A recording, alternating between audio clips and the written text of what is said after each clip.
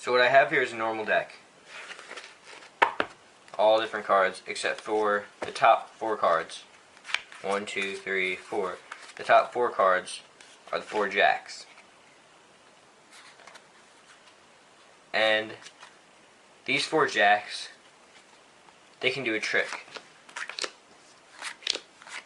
They can jump to different places in the deck. And that's why this trick is called the jumping jack trick. So, top card, bottom card, dribble the cards right on top, and without doing anything, the jack jumps to the top. So I can do the same thing here. Drop it on, the jack jumps to the bottom.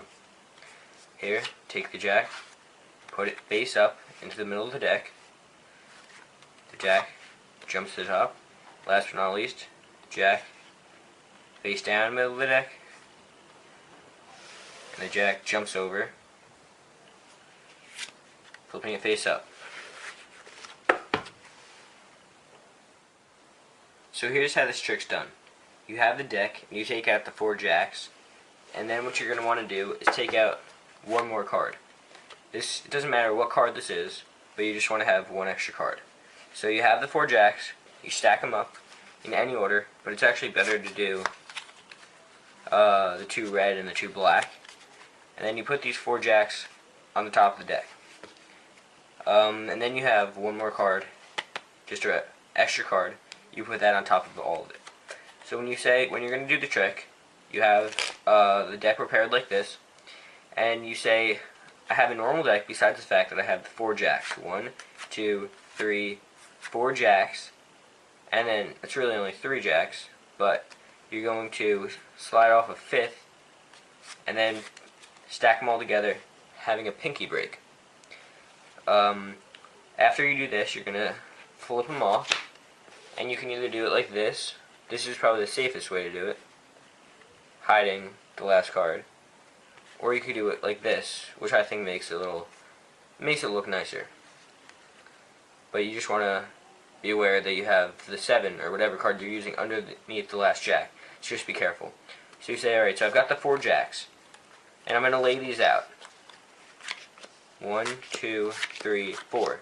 Now you want to be sure that you don't let the spectator sneak a peek of this card. These cards really don't matter, but the first one you lay out, because that's not a jack.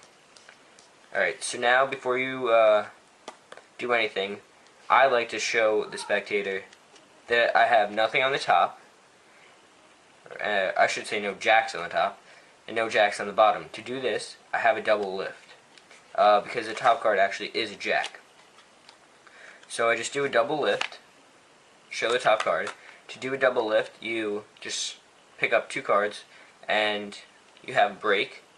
So you just flip over the card, and you show no cards, no jacks top or bottom. So basically you're all set up for the trick now, because you just put it on, you see the jack magically pops to the top, put the jack on the top, and then there's already a jack on the bottom, so you say it jumps to the bottom. You flip a card over. Alright, so now what you're going to do is you're just going to flip it over and put it in the middle of the deck, and that's the jack that's going to flip itself over at the end, supposedly. So you've got jack on the top that flips itself over, and now the last card, you don't show them. You slide it in face down, and because the last card you put in, it's already face up, you've got a card face up. So if you have any questions about this trick, just comment, and I'll be happy to answer anything. So yeah, that's the jumping jacks trick. Thanks for watching.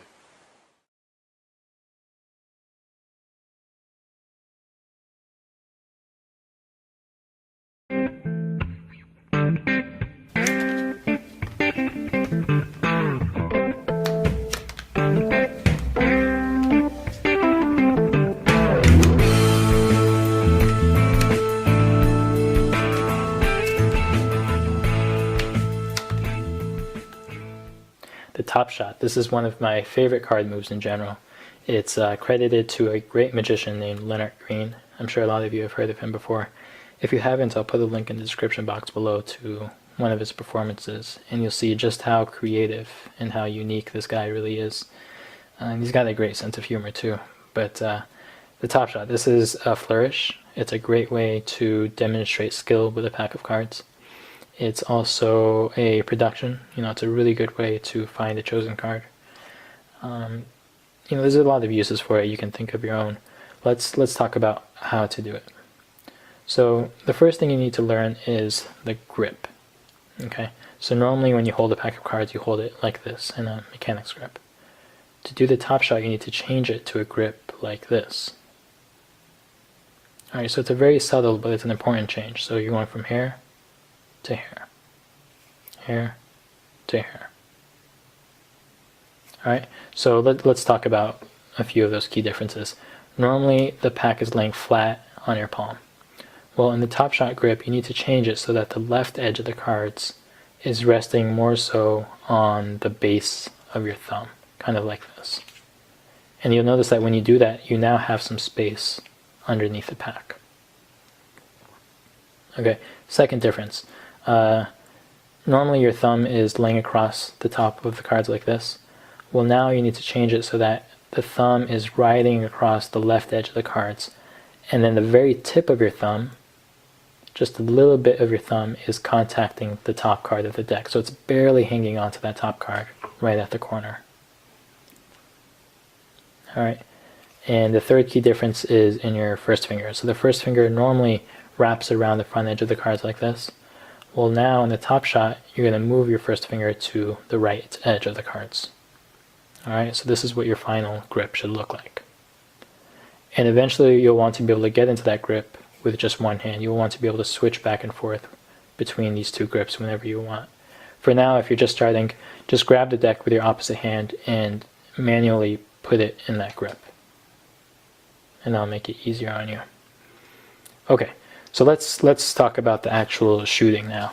I should mention that this is definitely an advanced move. It's going to take hours and hours of practice to be able to do it consistently and to be able to do it well. But I think it's definitely worth it. It's such a cool move, and it's a lot of fun to do as well.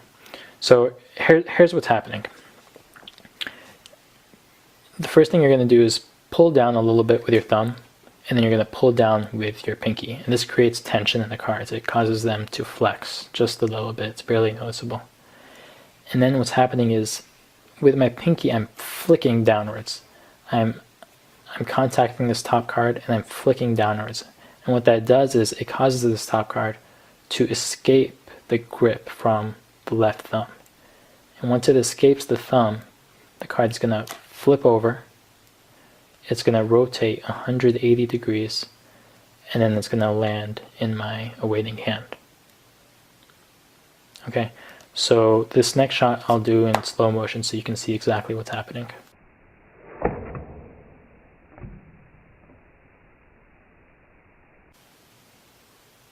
All right. So let's talk about it in a little bit more detail now. A really important thing is you really need to have good contact between your pinky and the top card of the deck. So if your pinky is extremely dry, this is going to be difficult to do.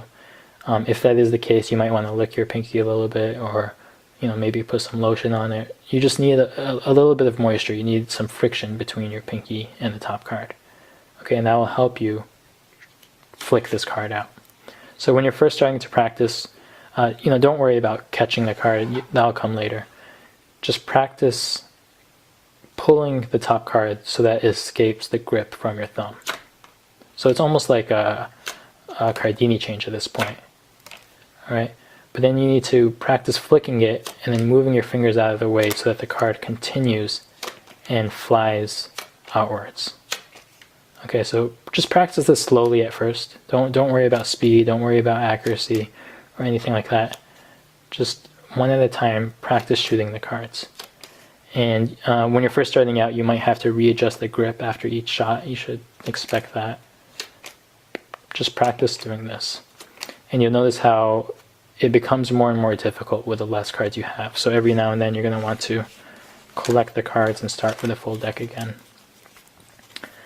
But that's my advice on the Top Shot. Keep practicing. You're probably going to experience a bit of stress in maybe your wrist and your fingers. It might get sore for a day or two, but that soreness, that discomfort will go away, I promise. So good luck with that. Practice a lot, and I'll see you guys next time.